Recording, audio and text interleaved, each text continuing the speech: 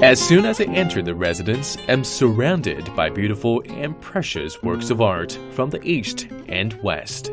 Such is what characterizes Ambassador Manuel Valencia's art. It's an amalgam of influences from countries around the world where he has traveled and worked. In the atrium of his residence is a painting of what looks like a linger mushroom done on Chinese rice paper, a painting that brought him to China. And I brought it here because I like it very much. And this is what brought you to China? Exactly. You've been painting for over 30 years. Yeah. And if you're to look back at the work that you've done, how would you say your work has evolved over the past decades? It's evolved in a very clear pattern. At the beginning, I was trained as a very realistic painter. And I forced myself even to be very realistic, painting like the classical painting, with layers of varnish and everything, because that is the way to learn. And when I went to Kyoto, in Japan, in 1997 or 1998, and I was surprised. I mean, it was like an illumination to see this beautiful culture, Oriental culture. Then I discovered that the culture of Kyoto is coming from China. It was the Tang and Shang dynasties who influenced totally Kyoto. So Kyoto is a part of China in a way, culturally. And you see the National Museum in Beijing, and you see the statues of the Tang dynasties. It's like geishas, so they were doing exactly the same. So I meet in Japan the Oriental culture, basically China. And I was so impressed and that I changed my mind totally, and I began to paint on paper, on Chinese paper. I think it's saying Xuanzhe. And especially this paper in different trends, handmade.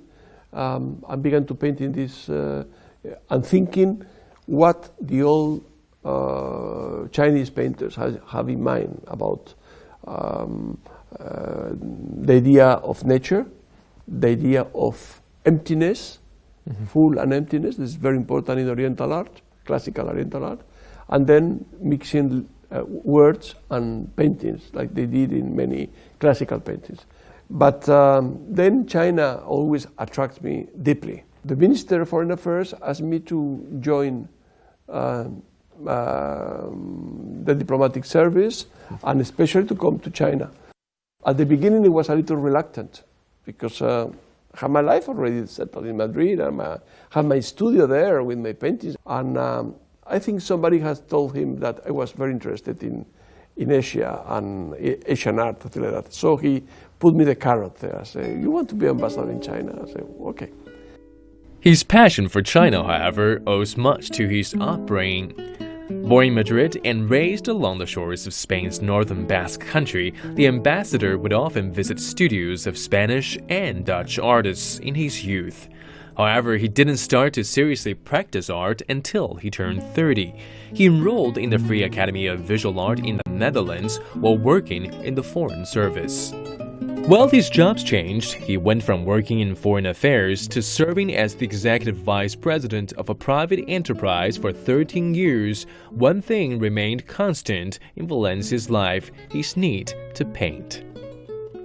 In fact, I feel as though the painting has become a spiritual pillar for you, of sort, where you go to for answers, for exploration. So were there important moments in your life where painting helped you cope or helped inspire? Yeah. Painting is, and the research, the previous research on nature that I have to do has been a pillar in my life. And I've been using that for keeping myself afloat. I say many times that painting is far more cheaper than a shrink. Every day, painting helps me to understand who I am, who are the others. I paint regularly, so it's a little medicine I have every day. I think makes me meditate a lot about life. You do? Do you meditate too as well in life? Yeah. Do you have any rituals that you do before you paint? Yes, but it's my secret. When I go to my studio, I always say that to go is like you find a white wall, with a little hole and a little string, and then every day you try to get this string out and see what's behind. Then you can, one day is a portrait, another day is a landscape, another day is just a still life.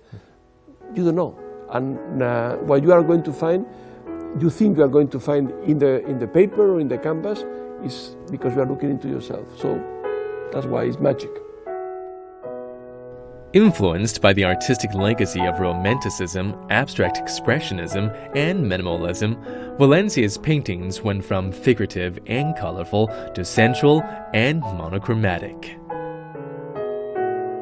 I've been 8 years working on these kind of things, mostly black and white, and black, not because any pessimistic idea, but because black is the addition Of everything. every color. You put red, blue, yellow, orange, everything you put together, and it's black. And this latest series of kaleidoscopic seascapes harks back not only to the Basque shores where he grew up, but to reflect on the ambassador's extensive experiences overseas. China and Spain established diplomatic ties in 1973. How do you look at the relations between China and Spain today? I think they are very, very good. This political attitude has been reflected also in economy, in business, and in investment, and tourism is growing. And I think still we have room to move and improve. Perhaps the problem we have is the lack of understanding because we are too far away. And still, Spain don't know very well China. And Chinese have a very superficial idea of Spain and Spanish culture. And of course, you at the embassy are doing a lot of work in bringing Spain's culture to China. For example, the exhibition, the new photo exhibition, and the film festival, the Spanish Film Festival in China. That's been going on for 5 years now. Yeah. We try to, economy is not only the answer. I think we have to do a policy of culture. We just signed, in the last visit to the President of the government, an agreement for co-production of films between Chinese directors and Spanish directors, and they can mingle together, make a film. And in this co-production deal, is there going to be any tax incentives for filmmakers making the film in Spain or for Spanish filmmakers making the film in China? It provides a frame and a fiscal situation to make it easier to make a film. So I think it's a great opportunity that could be open. You don't see very many artists doing business and also working in politics. What do the three areas have in common? Creativity. How so? If you want to make business, you have to be creative. Because if you do whatever everybody does, you are a simple executive of one company. You just do things. But if you want to make a good business, you have to have an idea. And you have to be creative. If you have to be a politician, you have to be creative also to make the people to follow you. If you want to paint, you have to be absolutist, the maximum creation. So they are more common than they think. They have something in common more than they think. In fact, when I was in the board of this company, many times there was a lot of very good engineers and financiers giving ideas of what should do, what shouldn't do. And then out of the blue, I say, why would you do that? Then everybody looked to me because it was like saying something out of the blue. But the chairman said, hey, this is interesting, let's work on it. These kind of things is creativity. Thank you indeed, Mr. Ambassador. Thank you for coming to our you. program.